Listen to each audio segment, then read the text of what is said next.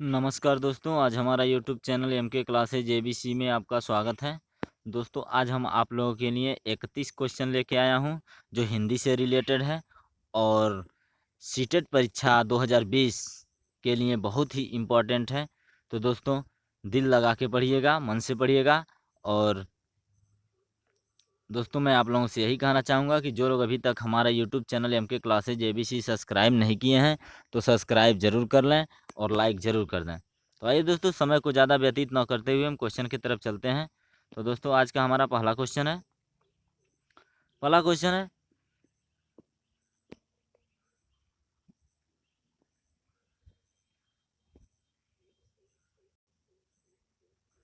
हिंदी भाषा किस लिपि में लिखी जाती है।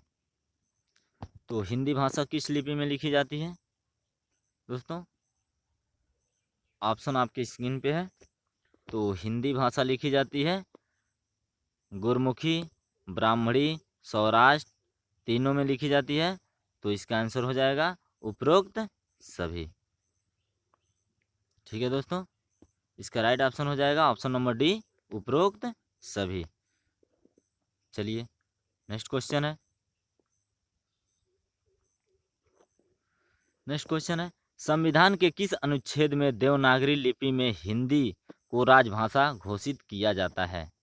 तो किस लिपि में किया जाता है दोस्तों? तो इसका राइट ऑप्शन हो जाएगा ऑप्शन नंबर सी, 343, अनुच्छेद 343। चलिए दोस्तों, राइट ऑप्शन सी हो जाएगा। चलिए, नेक्स्ट क्वेश्चन है हिंदी शब्दकोश में छ का क्रम किस वर्ण के पहले आता है। तो हिंदी शब्दकोश में छ का क्रम किस वर्ण में आता है, पहले आता है। तो इसका राइट ऑप्शन हो जाएगा ऑप्शन नंबर सी, त्र। त्र से पहले आता है छ।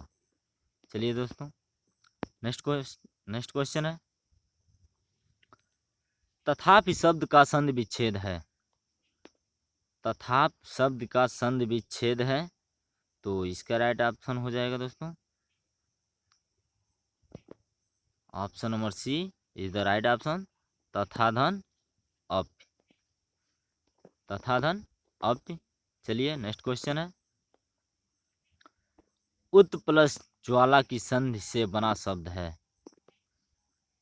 उत प्लस ज्वाला की संधि से बना शब्द है।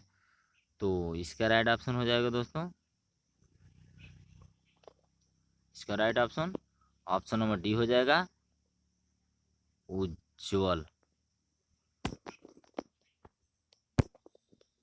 चलिए, नेक्स्ट क्वेश्चन है नवग्रह शब्द का समास भेद बताओ। क्वेश्चन कह रहा है नवग्रह शब्द का समास भेद बताओ। तो इसका राइट ऑप्शन हो जाएगा नवग्रह। तो देखिए दोस्तों,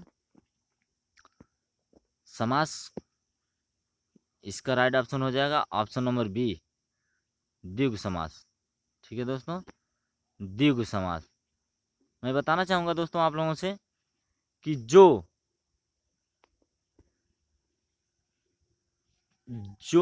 अक्षर से शब्द बन जाता है, जैसे कि जो पूर्णांक में आ जाता है, जैसे नवग्रह हो गया, नवग्रह, पंचानन, चतुर्थी, इस तरह नवगण, पंचानन, चतुर्थ जैसे भी कुछ आ जाता है तो वो द्विगु समास में आ जाता है, उसको द्विगु समास बोला जाता है। तो जैसे कि ये भी आ गया नवग्रह, तो ये क्या हो गया, द्विगु समास। चलिए दोस्तों, ठीक है, नेक्स्ट क्वेश्चन है निम्नलिखित में से मोक्ष का पर्यायवाची शब्द है। निम्नलिखित में से मोक्ष का पर्यायवाची शब्द है। तो मोक्ष का पर्यायवाची शब्द क्या है दोस्तों? तो इसका राइट ऑप्शन हो जाएगा ऑप्शन नंबर सी, छुटकारा। ठीक है दोस्तों, इसका राइट ऑप्शन सी हो जाएगा। चलिए, नेक्स्ट क्वेश्चन है कवि का स्त्रीलिंग रूप है, कवि का स्त्रीलिंग रूप है, तो कवि का स्त्रीलिंग रूप क्या है? तो इसका राइट ऑप्शन डी हो जाएगा, कवयित्री। इसका राइट ऑप्शन क्या हो जाएगा? कवयित्री। Option number D is the right option, कवयित्री। चलिए नेक्स्ट क्वेश्चन है, गंगा हिमालय से निकलती है, वाक्य में रेखांकित शब्द में कारक है। तो इसमें कौन सा कारक है? तो हिमालय से निकलती है। तो देखिए दोस्तों, आदान प्रदान की क्रिया में कौन सा कारक होता है?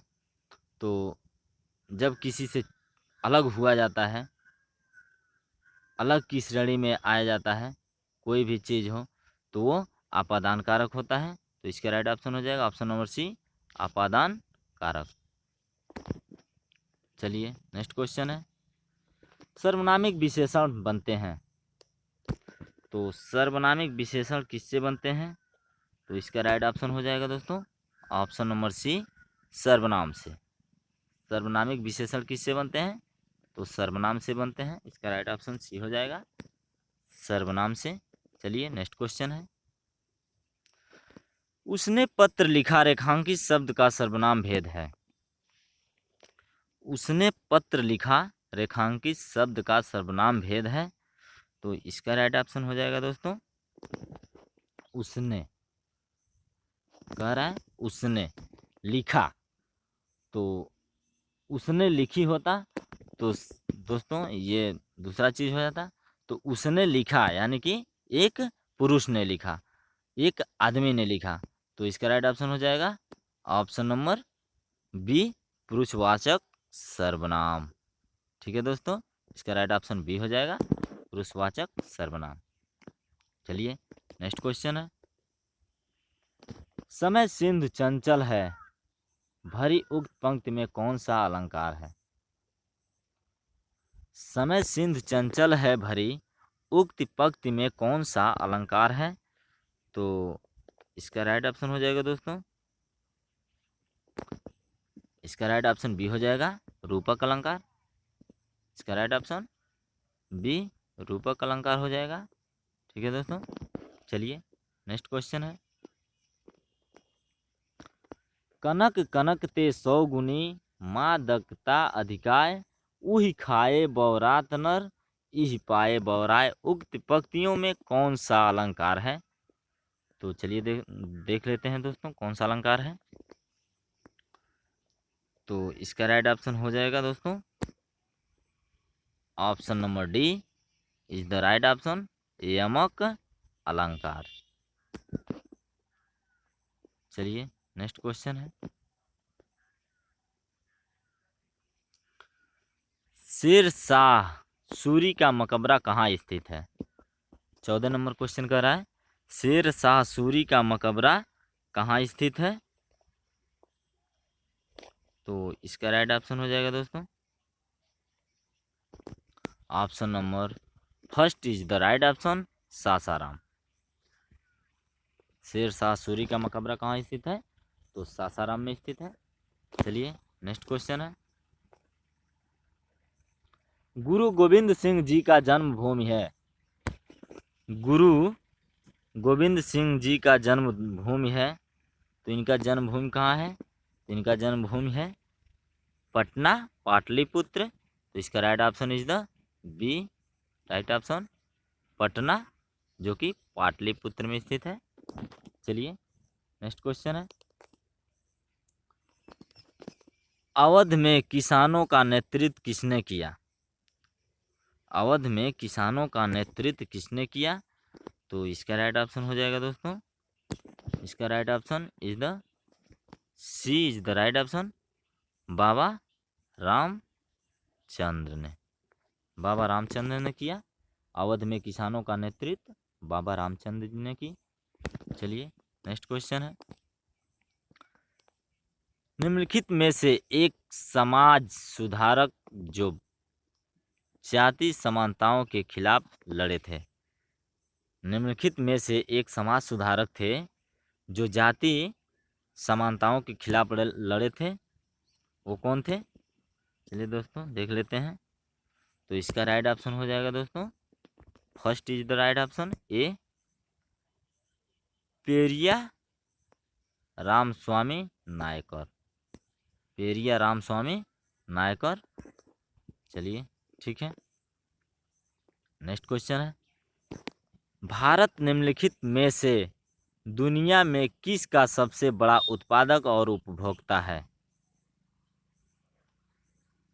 भारत निम्नलिखित में से दुनिया में किसका सबसे बड़ा उत्पादक और उपभोक्ता है? तो इसका राइट ऑप्शन हो जाएगा दोस्तों,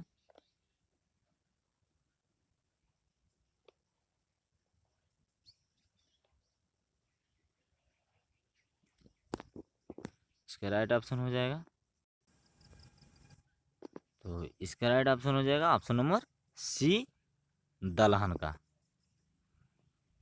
सबसे बड़ा उत्पादक और उपभोक्ता किस चीज़ का है? तो दलहन का है। चलिए दोस्तों नेक्स्ट क्वेश्चन पे चलते हैं।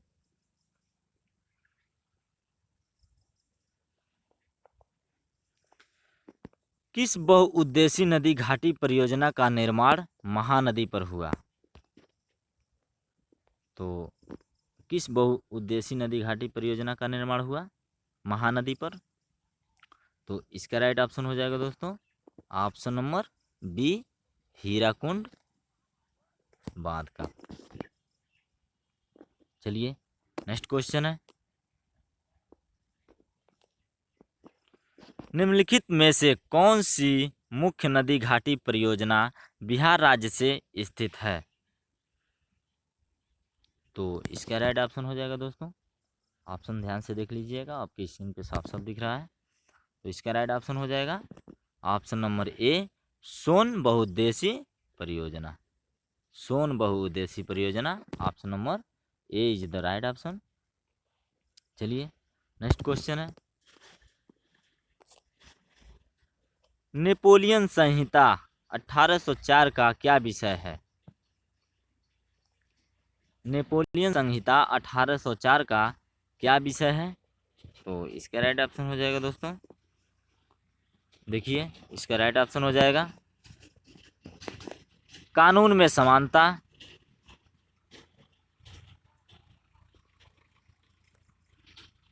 कानून में समानता, संपत्ति का अधिकार, ये भी सही है, जन्म से विशेष, सॉरी दो बार रिपीट हो गया है, जन्म से विशेष अधिकारों का सफाया करना, ये भी सही है, उपरोक्त सभी। तो इसका राइट ऑप्शन हो जाएगा दोस्तों ऑप्शन नंबर डी, उपरोक्त सभी।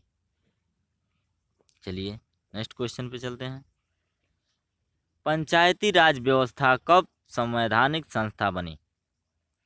पंचायती राज्य व्यवस्था कब संवैधानिक संस्था बनी? तो इसका राइट ऑप्शन हो जाएगा दोस्तों, इसका right option option number C, 1993 में। ठीक है दोस्तों, 1993 में बनी। चलिए नेक्स्ट क्वेश्चन है, नगर निगम का अध्यक्ष कौन होता है? नगर निगम का अध्यक्ष कौन होता है? तो इसका राइट ऑप्शन हो जाएगा दोस्तों ऑप्शन नंबर ए, महापौर। महापौर, इसका राइट ऑप्शन ये हो जाएगा महापौर। चलिए नेक्स्ट क्वेश्चन, बिहार राज्य का विभाजन को झारखंड राज्य कब बनाया गया? बहुत ही मोस्ट इम्पॉर्टेंट क्वेश्चन है दोस्तों, मोस्ट इम्पॉर्टेंट क्वेश्चन है,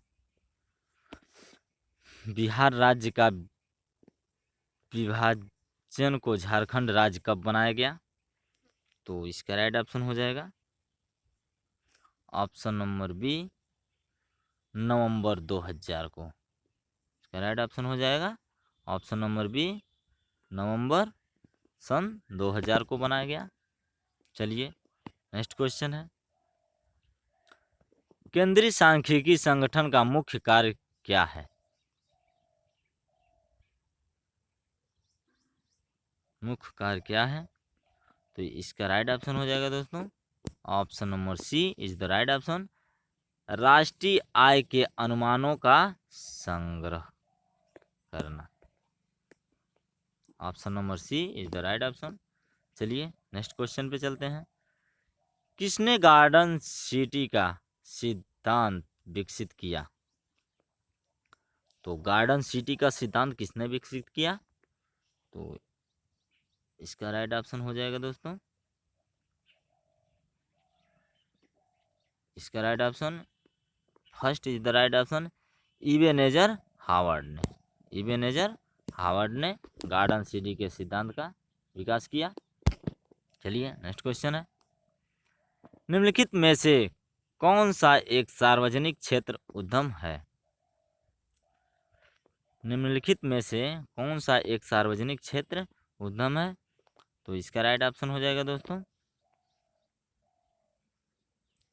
इसका right option is the C is the right option, भारतीय रेल। चलिए नेक्स्ट क्वेश्चन पे चलते हैं। एफसीआई की स्थापना कब हुई?